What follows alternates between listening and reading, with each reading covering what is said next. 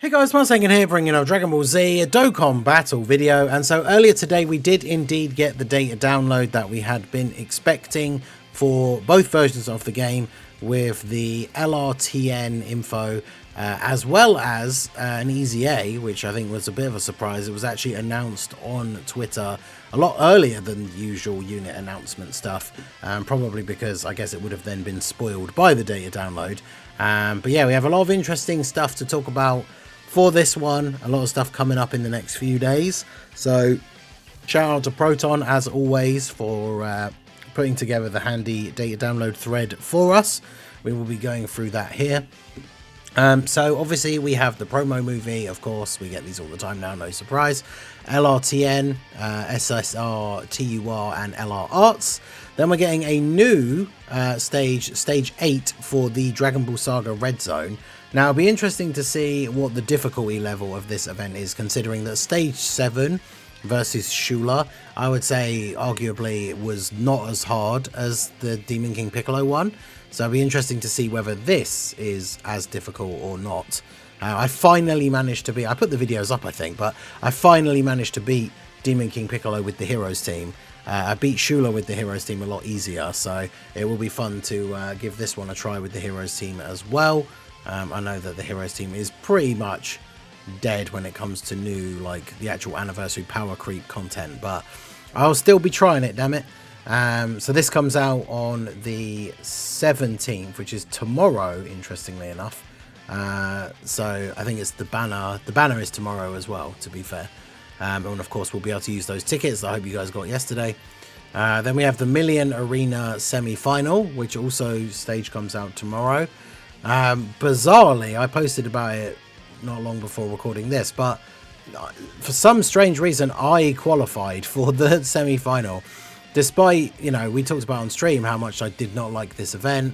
I only got like 94 million or something, and still managed to get the semi-final keys. So there's me thinking that, like, you know, the 90 million mission was annoying enough to get with the number of times I had to reset. And someone was saying apparently you only had to get above 89 million. So that does make you wonder, like, just how many people were actually able to do it. Because if the top 100,000 are getting these keys, and even people who only scraped by getting the 90 million points mission done, not even getting the full 999, like, actually still managed to get through, then that's kind of crazy. So yeah, I mean, I guess we'll, as much as I hate the event, it'll be interesting to try and see if we can get through into the final. This one is category restricted. You can only use Earthbred fighters, I think. So that's going to be interesting. And then obviously there's the single player version as well. And then yeah, we got the EZA for Int Yamcha announced. Now he doesn't drop tomorrow with the banner. He drops on the 19th, which is Thursday morning for me. It'll be Wednesday evening if you're in the US. But yeah, Int Yamcha's EZA, and they tweeted out his details, so we will go through them here. I haven't actually looked at them. I've seen people saying that he is pretty good. Then we've got burst mode, focused key manipulating technique. I'd actually have to double check what stage this is. I can probably open a new window here and go to the wiki, because if we type in the name of the event, it'll come up. So it's key manipulating. No, is that not going to come up with anything? Maybe, oh, it's focused key. Oh yeah, you have to be very specific. Focused key manipulating technique is the, oh, it is the Yamcha event. Okay, so yeah, the burst mode is for the Yamcha Dokkan event, so that's cool. It means if you have a spare SA5 copy doing the burst event, burst mode stages, you can get the medals to awaken the extra copy. But yeah, that's cool. New Petan battle set has started today as well. I know a lot of people don't like Petan battle or can't be bothered with it, but I would recommend, like, it's such a short thing to do. It's, as I always say, the main thing I always say about Petan battle is it's what Chain Battle defenders tried to pretend Chain Battle was, which is you literally open up the mode, click a couple of buttons, and then you get free stuff. Like, that's all you have to do. There's no real strategy to it at all.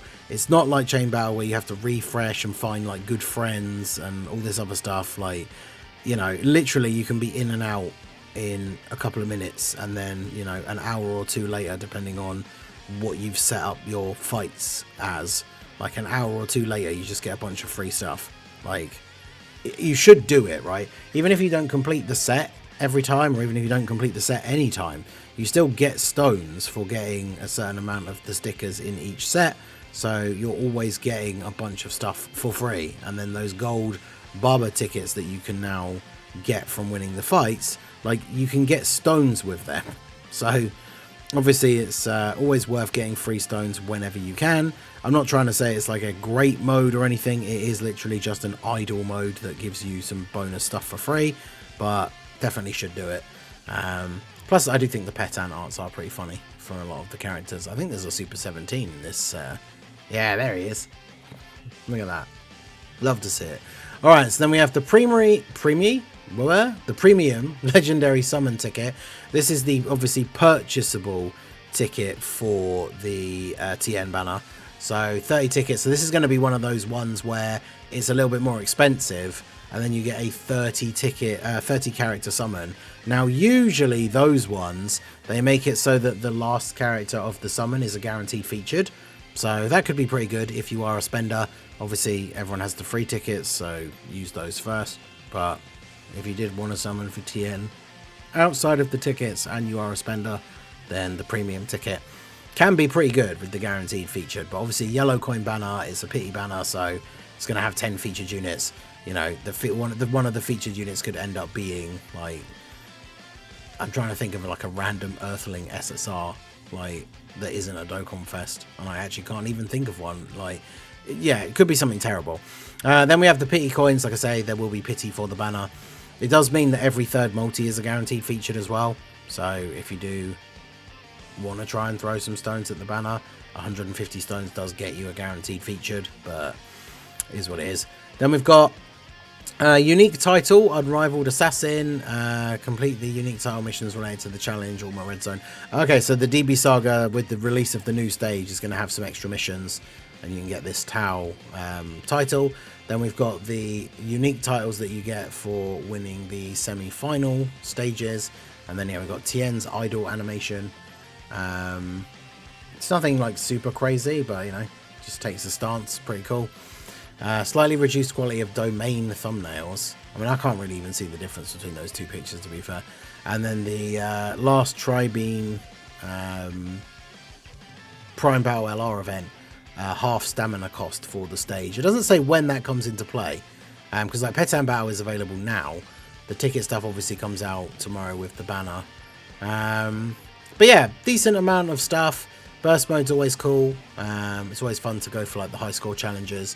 But yeah, let's take a look at Yamcha's EZA, because this was tweeted out by Dokkan a little bit before the data download. And I have heard people saying that he's pretty good. So these Earthbred Fighters or Saiyan Saga 170, additional 30, and an extra key to Earthlings or Turtle School. I mean, yeah, the leader skill only really changes by them adding +1 key to the 30%, so that's fine. His passive activates the entrance animation when there's another Earthbred Fighters ally on the team upon the character's entry. So I think this is a major improvement from his pre-EZA setup, because you only have to have one Earthbred fighter character and they just have to be on the team. I think, did he have it, was it on rotation before? I'm just getting it up here so we can compare. It was another 5 or more Earthbred fighter allies on the team. Okay, so he basically only got his entrance animation when it was pretty much a full Earthbred Fighters team, and that just used to give him 2 key and attack and defense for 4 turns. This gives him an extra 20% chance to dodge for 1 turn, and 3 key and 200% attack and defense for 5 turns. Then his base effects are 3 key, attack and defense 200%, high chance to crit, high chance to dodge, launches an additional attack that has a great chance to become a super, randomly changes key spheres of a certain type to rainbow, so they've added that. He has rainbow orb changing, which is pretty interesting. They've increased his crit chance, they've increased his additional chance to great to become a super, so that's pretty good.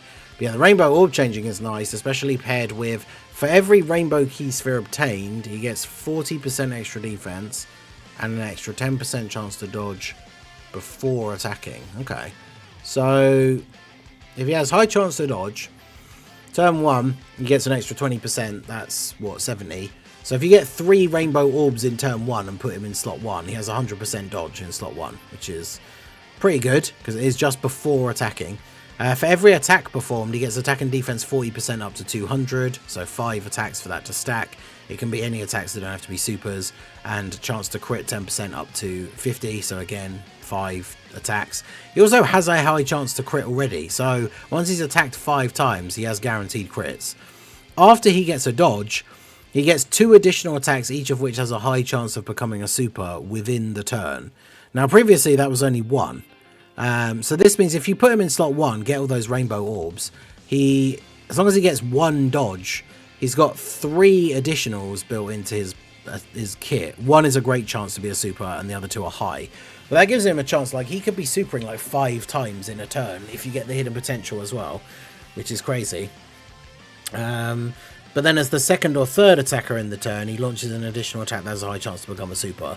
So, I mean, considerably worse, but it just, I mean, at least it gives him something if he's not being in slot 1, right, and being attacked before he attacks. There is also a bit that's cut off, so is that here? Yeah, for every super attack performed, chance to evade 10% within the turn. Okay, so this extra 10% he gets from the rainbow orbs is only before attacking, but if he then supers 3 times in that slot 1, he gets that 30% like dodge back. So even after attacking, so turn 1, put him in slot 1, 3 rainbow orbs, 100% chance to dodge. As long as he supers 3 times, he still has a 100% chance to dodge, which is actually pretty insane. I don't know what kind of numbers he'll be hitting, but like, unless you get really unlucky and those additionals are not proccing and are just being normals, he seems like he could be really, really good. So that's pretty cool. And then his super attack effect, before it was literally just raises attack for 1 turn, immense damage, high chance to stun. Now it's greatly raise attack and defense for 1 turn, with immense damage and a high chance to stun. So his super attack effect's actually really, really good as well. And then he does have an active skill, but remember, they can't change the conditions or anything, so they never put them on the EZA details, but you can activate it when once he's evaded 4 or more attacks in battle, or when all allies in the same turn are Earthbred fighters. So in some situations you can just use it in turn 1. And then, yeah, in a lot of situations now, as long as you can put him in slot 1 and grab 3 rainbow orbs, he's going to dodge everything. So if there's 4 attacks, then he meets the condition to do his active skill straight away. And his active skill is just ultimate damage to the enemy, and within the turn activated, attacks guaranteed to hit, which I guess could be useful against some bosses. I mean, as we've seen in his passive, once he attacks 5 times, he has guaranteed crits anyway. So I guess it's ideal to probably do the active skill after he's attacked 5 times. I guess doing the active skill itself counts as attacking the 5th time, although I'm not sure how the proc works, because he gets the crit chance after attacking. But yeah, ideally, if you've attacked 5 times first, that means his active skill is guaranteed to hit and will be a crit as well. So he has the potential to do some pretty awesome damage, while also, if you can get the rainbow orbs, which, bearing in mind some of the teams that he's on, some of the characters that you can run him with, like Path to Power Kid Goku on a lot of these Earthbred Fighter setups and stuff, like, rainbow orbs are not going to be hugely difficult for him to get. So he's going to have really solid defense, as well as a really high, if not before attacking in slot 1, over 100% chance to dodge. Like, he seems like he's actually really, really good, which is crazy. Like, it just makes you wonder even more about Ginyu. Like, Tech Curl and Caulifla were super good. Then we got Ginyu, who seemed like he just was really undercooked. And then this guy, I would say this guy, just from reading his passive, especially because he doesn't have any insane restrictions like Ginyu does, I would say this guy's EZA is definitely better than AGL Ginyu, but let me know what you guys think down below. So yeah, Yamcha's EZA, super, super good. Definitely very happy with that. And then, yeah, we got a lot of stuff in the data download to come out this week. So let me know what you guys are looking forward to the most. Are you going to summon for Tien outside of just the tickets? I'm going to do a video going over that later. We always do the summon or skip videos.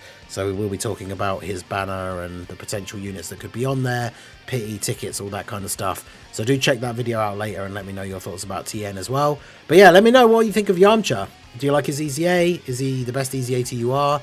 I'm not sure if I would go that far necessarily without seeing him in game, but let me know what you guys think down below in the comment section.